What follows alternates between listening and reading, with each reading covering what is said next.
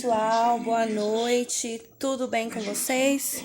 Muito prazer, meu nome é Eliane, eu sou enfermeira e vou estar com vocês agora na disciplina Introdução à Enfermagem, tá bom?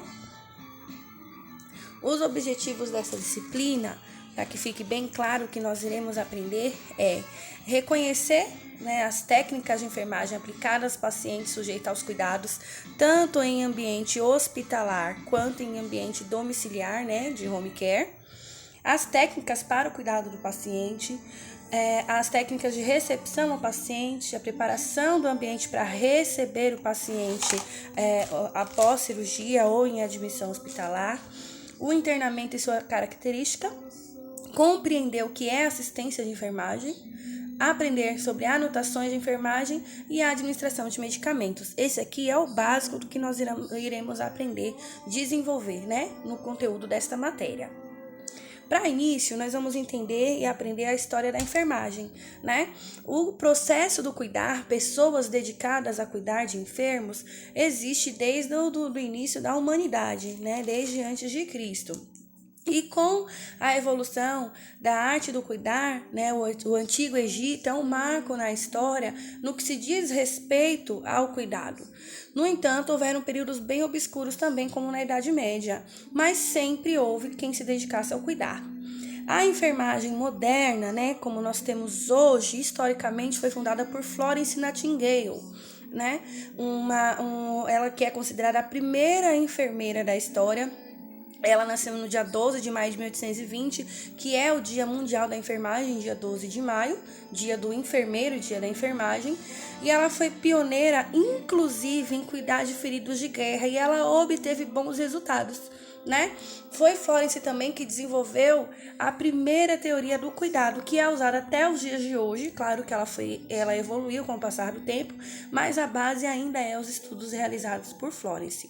No Brasil, a pioneira foi Ana Nery, É uma baiana, e Ana Nery é considerada a primeira enfermeira do Brasil. Ela serviu na Guerra do Paraguai e quando ela voltou, ela ficou viúva muito nova, aos 30 anos de idade, e quando ela voltou para o Brasil, ela dedicou-se ao cuidado, Ela dedicou-se à enfermagem.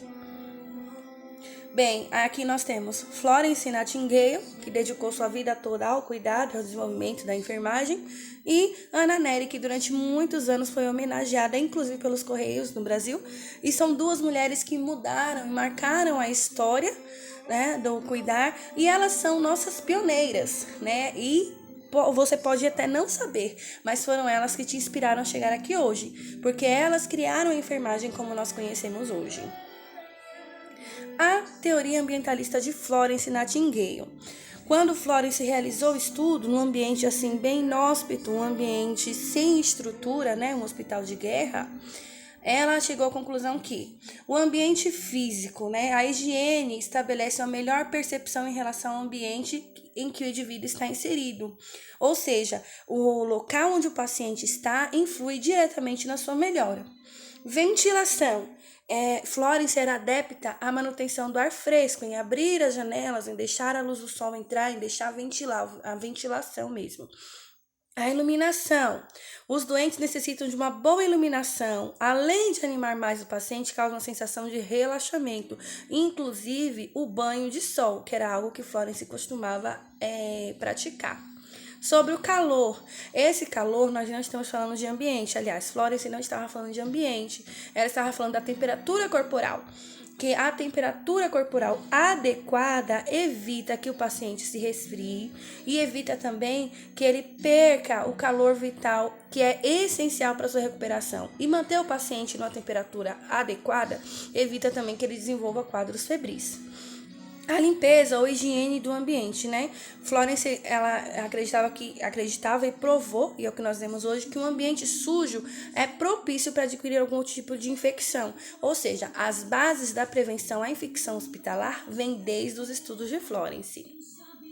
Sobre os ruídos, deve-se manter o cuidado para que o silêncio permaneça, Para que se preserve a saúde mental do paciente. Então, Florence falava assim: os níveis de ruídos contínuos e excessivos interferem no desenvolvimento do paciente, além de interferir na qualidade de saúde e no desempenho do profissional. causando efeitos fisiológicos e psicológicos nocivos para toda a equipe de saúde. Então, um ambiente barulhento, confuso, tanto atrapalha o desenvolvimento e a recuperação do paciente, quanto atrapalha o trabalho do profissional. Essa foi a conclusão que ela chegou. Em relação aos odores, né? Florence chegou à conclusão que o odor do corpo deve ser removido, ou seja, a higiene corporal, banho no leito, que é algo que nós vamos aprender nessa matéria, e é importantíssimo. E evitar que outros odores entrem no quarto, por exemplo, o cheiro de sujeira, de esgoto, né? E a alimentação, que era essencial para uma boa recuperação, que hoje nós chamamos nutrição. O paciente deve ter uma boa e constante alimentação, porque é importante para garantir o aporte nutricional adequado, preservando seu estado nutricional. Gente, para nós hoje, com a tecnologia que nós temos, ler a teoria ambientalista de Florence é muito prático, para nós é até normal, é natural.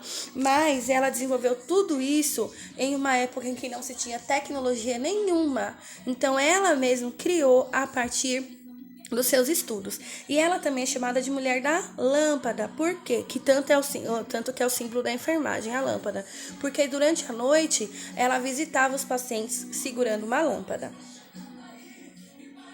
O ambiente psicológico, né? Um ambiente negativo resulta em estresse físico e mental. Deve-se propor ao doente diversas atividades com o intuito de mantê-lo ativo, mantendo ética durante esse cuidado. Hoje, a Organização Mundial da Saúde entende como a fé também, a vida espiritual do paciente, influi no seu fator psicológico e deve ser respeitado também. O ambiente social, que é o convívio da pessoa, é essencial para a prevenção de diversas doenças, devendo estimular o autocuidado, pois as atividades que o paciente puder realizar sozinho, assim deve ser feito, porque isso, inclusive, gente, vai tratar a dignidade, vai manter a pessoa no seu nível de dignidade, tá? Vamos lá. Com base nisso, como essa matéria se chama Introdução à Enfermagem, primeiro vamos entender qual que é a função do técnico em enfermagem, quais são as atribuições ao técnico de enfermagem. A principal responsabilidade do técnico é promover saúde e bem-estar do paciente. Então, para isso, quais são as funções que cabem ao técnico? Realizar curativa, administrar medicamentos, dar assistência ao médico de plantão, preparar os pacientes para exames, medir e controlar a temperatura e todos os outros sinais vitais, oferecer primeiros socorros quando necessário, fazer a desinfecção e esterilização de equipamentos cirúrgicos, dependendo da unidade, fazer coleta de materiais para exame, realizar o tratamento descrito conforme prescrição, dar assistência ao paciente em recuperação, fornecer cuidado no pré e no pós-operatório, manter o ambiente limpo para prevenir infecções. Não estamos falando da limpeza do hospital, mas manter o ambiente de cuidado do paciente limpo. Você realizou um procedimento, não deixe nada no leito do paciente, não deixe embalagens dos produtos que você usar no seu balcão. É isso que nós falamos de manter o ambiente limpo. E auxiliar o enfermeiro, né, a planejar a rotina do setor e na atuação dentro do setor ou quando o enfermeiro for realizar algum procedimento invasivo. Então, já que nós já sabemos como surgiu a enfermagem, quem foram as pessoas que deram passo para a enfermagem chegar até aqui, e nós já sabemos qual é a função do técnico de enfermagem, vamos começar o conteúdo da nossa matéria. E vamos começar por uma coisa importantíssima dentro da assistência de enfermagem no nosso ambiente de trabalho, que são as anotações de enfermagem, né? Porque tudo que nós fazemos, tudo que você fizer deve ser anotado, deve ser escrito. Aferir a temperatura do paciente, eu tenho que escrever. O paciente chegou, eu tenho que escrever. O paciente foi embora, eu tenho que escrever. Mas existem normas, existem regulamentações que determinam como isso deve ser feito. E esse vai ser o nosso primeiro passo. Bora lá? Então, gente, papel e caneta na mão, copo de café para quem gosta, bora estudar. Gente, o conceito. As anotações de enfermagem, elas são meio de informar e de comunicação entre a equipe sobre a assistência que está sendo prestada a esse paciente, a resposta desse paciente, a consequência e, inclusive, as anotações de enfermagem é que vão dar possibilidade da avaliação do resultado da assistência que está sendo dada. né? Necessita que seja claro, coeso, tem que ser bem compreensivo, porque ele tem valor legal. Então você não pode rasurar, você não pode riscar, você não pode usar corretivo. Se errou, eu vou explicar para vocês daqui a pouco os termos que você vai usar para que você não rasure. Então toda anotação, o prontuário, ele deve ser guardado por no mínimo 20 anos. Tem valor legal, pode ser usado inclusive em ações judiciais. O prontuário, ele não pode ser divulgado, tá bom? Então você não pode tirar foto de um prontuário de um paciente, ou você não pode fornecer o prontuário de um paciente para qualquer uma outra pessoa. Então é um documento, tudo que acontece ali, procedimentos, administração de medicação, visitas, intercorrências, melhora, piora, alta, óbito, parto, tudo deve ser escrito, tá bom? Qual que é a finalidade das anotações? Registrar as informações do paciente, registrar as observações feitas sobre o estado do paciente, porque eu não tenho só que medicar, eu tenho que observar se meu paciente teve alguma ação, registrar as prescrições de enfermagem e realizar a realização das prescrições médicas. É de responsabilidade dos técnicos, auxiliares e enfermeiros. Claro que cada um terá um padrão de ação e essa ação é que vai dizer o padrão da anotação. Importante: tudo deve ser registrado imediatamente após ter acontecido. Por quê? Não pode um paciente ter uma parada cardiorrespiratória agora e eu deixar para escrever depois que eu fizer a medicação de todos os 19 pacientes que tem na enfermaria. E isso vai me dar 3 horas de atraso. Por quê? Daqui 3 horas pode ter acontecido várias outras coisas com esse paciente e um outro profissional ter atuado e escrever.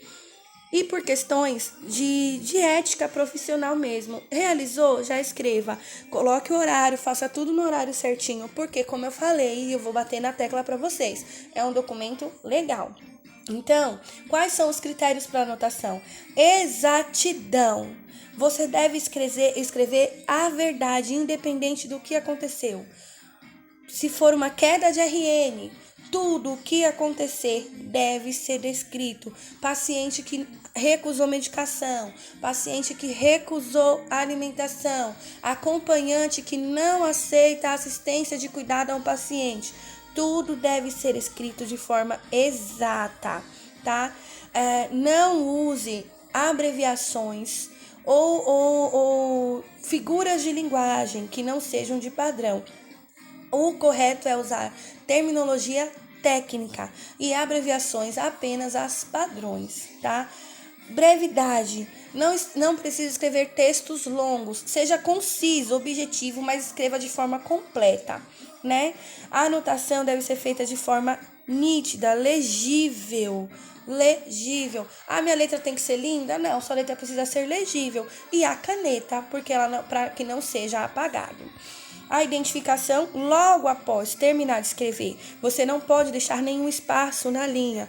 Eu terminei de escrever e sobrou meia linha. Você vai fazer um risco nessa linha, vai assinar o seu nome e carimbar ou colocar o número do seu Corém. Se você for aluno de instituição em estágio, que é o caso de vocês ao final dessa matéria, vocês têm que colocar o seu nome e o nome da instituição. Aqui um exemplo, gente, olha lá. Às 10 horas, admitida na unidade proveniente do PS, deambulando e acompanhado pela mãe, com PA de 110/80, temperatura de 38 graus, orientado contra as normas do setor. Maria Joana Corém, auxiliar de enfermagem, tá vendo? Por exemplo, às 14h10, solicitou auxílio para ir ao banheiro, apresentou diurese com coloração concentrada. Isso é uma observação importante sobre o estado do paciente. 14h30, apresentou temperatura de 38,2. Comunico à enfermeira Dora Maria de Lourdes, certo? 14h45, medicada com item 5 da prescrição médica, ou seja, ela foi medicada provavelmente por questão da hipertermia, que é a febre. Então, tudo deve ser escrito, tá bom? Aqui, o roteiro para as anotações. Gente, pulsionou um acesso. O que eu tenho que anotar? Que tipo de dispositivo eu utilizei e o calibre, a localização, complicações que ocorreram no local ou que existem no local e o tempo de permanência. Então, por exemplo, eu posicionei o acesso no membro superior direito do paciente, utilizando o Gelco 22 ao dia 7/7/2020. Eliane, e pronto, está identificado. O ideal é a troca a partir de após 3 dias. Então, no dia 8, 9, 10, dia 10, Maria Joaquina vai fazer a troca e ela vai registrar e assim por diante, tá? Incidentes ou acidentes, queda, tropeção, administração de medicação por engano, deve ser anotado a hora que aconteceu, os detalhes do fato, as condutas adotadas, se você comunicou ao enfermeiro, se o enfermeiro pediu a avaliação médica, se teve a solicitação de exame, por exemplo, a queda de um RN no banho, tá? Tudo isso deve ser anotado.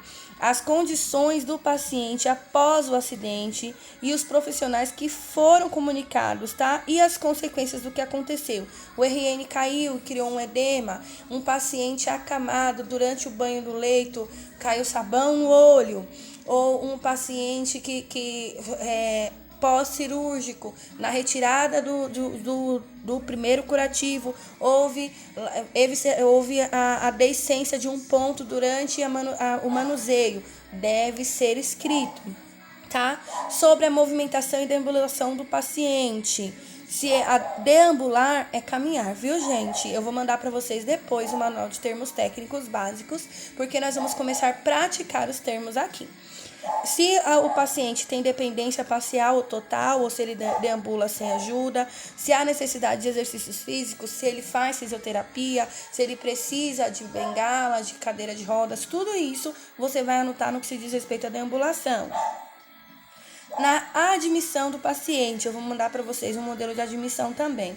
O horário, todos os dados do paciente, o setor da instituição, se tem acompanhante, as condições de locomoção, né, de deambulação, como eu falei, as condições observadas do paciente, que é o exame físico, o que você observou nesse paciente, os dados informados também pelo paciente ou pelo acompanhante, que aí nós vamos usar o termo SIC, segundo informações colhidas, os medicamentos que utiliza, descrever se o paciente tem prótese, órtese ou alguma outra coisa que ele trouxe e se ele tem alguma queixa e também se foi dada alguma orientação.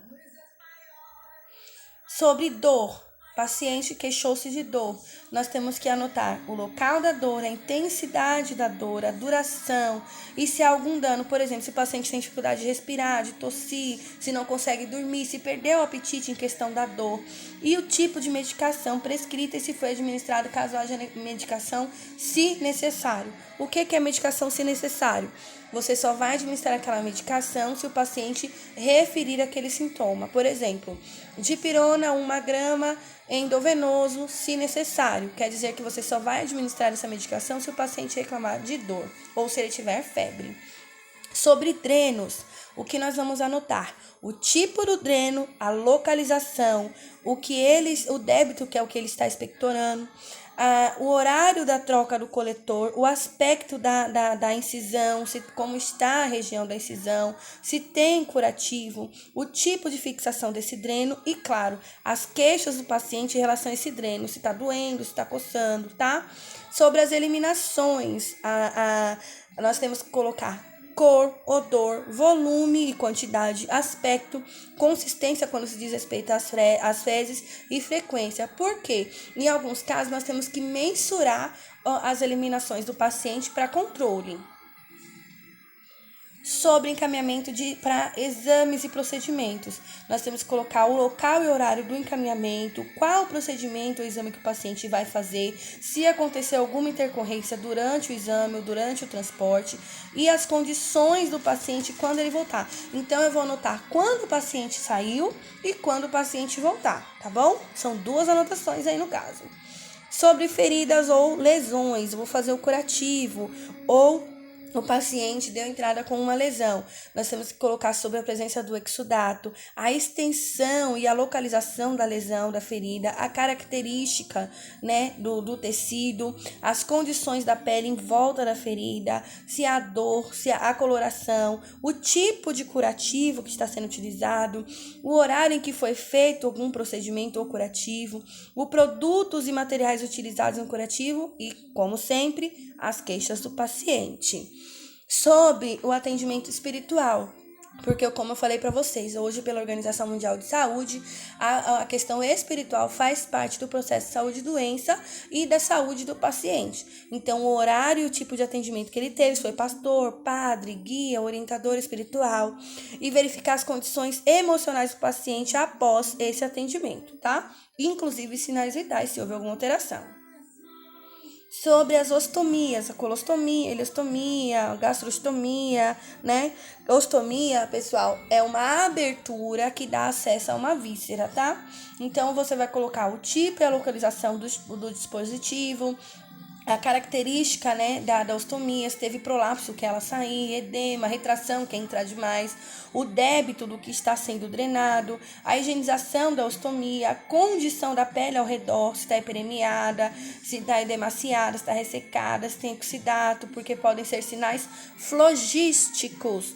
O que são sinais flogísticos? Sinal de infecção. O horário da troca do dispositivo e, claro, orientar o paciente contra os cuidados com a ostomia, tá bom? Principalmente quando é idosos ou crianças, tanto ele quanto o acompanhante deve ser orientado. Paciente que usa sonda, nós vamos anotar o tipo e a localização da sonda, né? Se há secreção gástrica, se é clara, se é viscosa, se tem aspecto esverdeado, marrom, isso no caso da orogástrica, por exemplo, né? A cor e o aspecto do que está sendo drenado, o aspecto da inserção, né? Da região, especificar o horário da troca do coletor, o tipo de fixação da sonda, se tem curativo inserção, né? Como que está a incisão e as queixas do paciente em relação à sonda. Prurido é coceira, viu, pessoal? Em caso de evasão do paciente, o paciente fugiu, foi embora. Você vai colocar a hora da evasão, as condições que o paciente estava a última vez que você viu, as providências que foram tomadas, que é avisar o porteiro, o serviço social, o enfermeiro e o médico de plantão. Se houver algum impresso, vai ser preenchido esse impresso para ser anexado à ficha. E, é claro, comunicar imediatamente a enfermeira, né, a chefia, de forma, preferencialmente, formalmente, tá? Mas, como é formalmente, escrever no prontuário. Informalmente, você vai avisar. No caso de alta hospitalar, o horário da alta, né? A alta vai ser baixada pelo médico, assinada pelo médico. Você vai colocar se o paciente saiu com o acompanhante, quem é o acompanhante, as condições de locomoção do paciente, vai falar sobre as orientações dadas ao paciente para a alta. E se foi entregue algum pertence, algum resultado de exame ao paciente, também deve ser anotado. No caso de óbito, você vai anotar a hora de constatação do óbito pelo médico, o nome do médico, o horário em que foi feito o registro, o registro geral do hospital foi avisado, a causa do óbito, né? A retirada de equipamentos, também drenos, catéteres, deve ser registrado. Realizar o preparo do corpo, né? Em algumas unidades ainda é o necessário, não tem uma equipe própria para isso, que é tamponamento, limpeza, colocação de próteses, a vestimenta, se for necessário, identificação do corpo. Entregar os pertences ao paciente, assim como o corpo, né? E notificar e anotar também o horário que foi encaminhado para o necrotério ou para o SVO ou para o IML, tá bom? E encaminhar o prontuário do paciente para o registro geral do hospital. Porque, como eu falei para vocês, os prontuários devem ficar no mínimo 20 anos arquivados. Gente, importantíssimo, não rasure o prontuário, não risque de caneta, não passe uma linha em cima, não coloque entre parênteses, não use corretivo. Se você esqueceu, errou, ou se você escreveu errado, para corrigir algo escrito anteriormente, você vai usar o termo digo. Por exemplo, se você disse assim, RN mama bem, mas ele não está mamando, aí você coloca digo, não mama, certo? O digo está corrigindo algo que você disse antes. Esse digo é uma correção. Você fez a evolução e esqueceu de colocar que o paciente usa uma prótese. Você vai usar o termo em tempo. Em tempo, paciente faz uso de prótese em membro superior, em membro inferior direito. Você esqueceu de colocar que o seu paciente, no exame físico, o exame físico é céfalo-caudal, é da cabeça para baixo. E quando você chegou nos pés, você nem esqueceu de falar sobre o couro cabeludo. Aí você coloca em tempo, couro cabeludo íntegro, tá? Você escreveu alguma coisa que não era para estar escrito, ou que não tem valor, que está errado. Para anular algo que foi escrito, você vai usar o termo sem efeito. Por exemplo, porque todo mundo erra, gente, todo mundo pode errar. Você vai admitir uma gestante, ela está com o abdômen gravídico. Após o parto, quando for fazer a visita a essa paciente, ela não é mais uma gestante, ela é uma puérpera. Então, se você coloca gestante no leito, calma, consciente, sem efeito, ela não é uma gestante, né? E ela não está no leito calma e consciente. Ela é uma puérpera em alojamento conjunto com RN. Aí você coloca sem efeito. Ou, por exemplo, você anotou um procedimento que não foi realizado, uma troca de sonda, e por algum motivo você escreveu no prontuário errado. Então, coloque sem efeito, tá bom? Não rasure, não risque. E claro, aconteceu algum procedimento, algum erro, avise ao enfermeiro de plantão. Observações que nós vamos levar para o resto da nossa vida, tá? Jamais use a palavra proibido, gente. Algumas palavras têm um teor muito forte para ser usado. Não rasure, não use corretivo, não use borracha. Escreva sempre de caneta. Eu vou passar para vocês as cores das canetas de acordo com o horário, porque existe um padrão, tá?